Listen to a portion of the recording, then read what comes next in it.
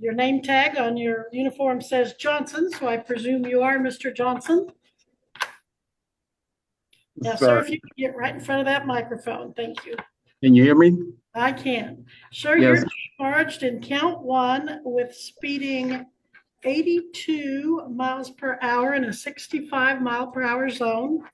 That is a traffic infraction. It is not a charge that carries any jail time. It has a scheduled fine. 82 and a 65 is $87, but then there's also 108 court costs. In count two, you're accused of operating your motor vehicle without proof of insurance. Now, if you had insurance but just couldn't find it, you can get the proof to the county attorney and she'll probably dismiss that charge. If in fact it had lapsed or something was happening so that you didn't have insurance on the vehicle at the time being January 4th, 2024, that is a B misdemeanor. The maximum penalties as far as jail time would be 6 months, although probation is usually granted. There is a mandatory minimum fine the court must impose of $300, but it could be as high as $1,000. You do have the right to hire any attorney of your choice. If you cannot afford an attorney, you can apply and see if you qualify for court appointed. You can waive your right to counsel and represent yourself. Another option, you might be able to apply for diversion. This is one of those cases where the punishment never had to be the point. Speeding, no proof of insurance, no jail time attached to the main charge. The judge is calm, patient, and honestly giving this man every off-ramp possible. Fines explained, diversion explained, even how to get the insurance charge dismissed. At this point, nothing here is dramatic. Nothing here is dangerous. This should have been 5 minutes, a signature. We'll enter a not guilty plea to give you time to do that. You can always change your plea, but once you're convicted, pre-trial diversion is off the table. So probably not eligible for diversion based on his driving record. Oh, okay. Well, do you want to talk to an attorney then and discuss whether or not you have a defense? Or? No, Your Honor, I would like to request a declaratory judgment due to there is no agreement for my performance under any agreement or commission of this court. Well, I don't need an agreement from you, sir. So if I were... Well, Your Honor, I simply do not understand the nature and cause of the accusation with regard to the jurisdiction of the venue and nature of this action until the prosecutor properly alleges them there. I cannot enter a plea to the charge until I have the opportunity to raise a meaningful defense on my behalf. All right, I will then, since you cannot enter a plea today, I will enter a not guilty plea for you and give you time. I object, Your Honor. I object to you entering a plea to me because I must understand the nature and cause of these accusations. So I do not agree to you entering a plea on my behalf. Well, your position is taken and I'm still going to do it.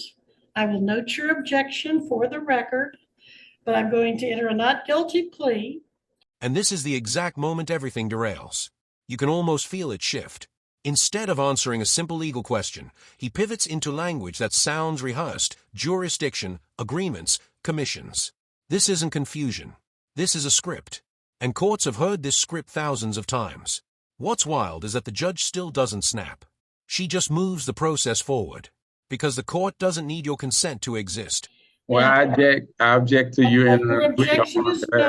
Your objection is noted, and if the time comes, you can appeal that to the Court of Appeals. Now, on the issue of attorney, Your Honor, I would like to ask, who bring these charges against me? I should have the right to question. All right, we're not going to have this debate right now. I've told you your charges. I've told you the state of Kansas has filed those through its attorney, Jill Gillette. Now, well, I would like to call the state to the. I would like to call the state to the stand, Your Honor. I'm doing that. State bringing charges against me. Who is it? How did I injure the state? All right, this is your first appearance. I advise you of your rights.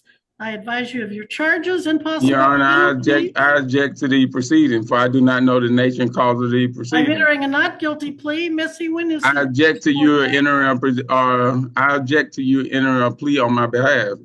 I do not grant you that right. Missy? The court date, You're supposed to act as a trustee. Sir, you need to stop. You're being in contempt of court. You need to stop or I'll have the officer assist you in stopping. Missy? Well, Your Honor, I would like to also bring to September 42 USC 12203. Deputy Miles. And also Article 3, the judge must operate in good faith and good behavior. So therefore, if you're making a threat towards me, then Deputy, that's if he's going to keep being contentious, I'm going to court. have you take him into custody on contempt. Then that would be illegal search and seizures, Your Honor. Wouldn't you need to go back? It will. All right, Missy. It's false imprisonment. I want you to stop talking or you can go upstairs to the county jail. Now, do you want to go to jail tonight? Your Honor, again. Deputy Miles, could you come in and assist the defendant? Now we're no longer talking about traffic law, we're talking about control. Is trying to put the court on trial, to force the judge into debating theory instead of running a docket. But courtrooms don't operate on debates. They operate on procedure. And when someone refuses to stop interrupting, the issue isn't rights anymore. It's contempt. September 27th at 9 o'clock will be the court date. September 27th, you said 9 o'clock? Yes. 9 a.m. You must be back here, sir, in person at the courthouse, or you will be arrested for failure to come to court. Now, that deputy there is going to take you into custody if you cannot control yourself through the remainder of this hearing. I'm not doing anything. I'm just enforcing my right, Your Honor. All right. So your first right is to have a hearing date, and that is September 27th, 9 a.m. The second Your Honor, I also have a right to understand the nature of this. I have a right to understand the nature of the cause. If you don't want to listen to me, you can go to jail. This is the moment a lot of people watching underestimate. When a judge asks, "Do you want to go to jail tonight?" That's not rhetorical. That's the line. Past this point, everything becomes physical. Deputies step in. Choices disappear fast. And the irony is brutal. This all started over $87. And then if you come to court September 27th at 9 a.m., you're going to be representing yourself if you don't hire or apply for court appointed. And so you've got the third issue. Does he have a bond? Looks like you do because you failed to appear February 27th at your first appearance. So bench warrant was issued, bond was set at $1,000 cash for professional surety. Looks like that was posted. Looks like you made a cash bond of $1,000.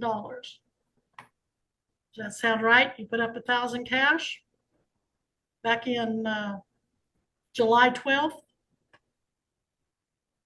I'm still trying to understand the nature and cause of this allegation, Your Honor.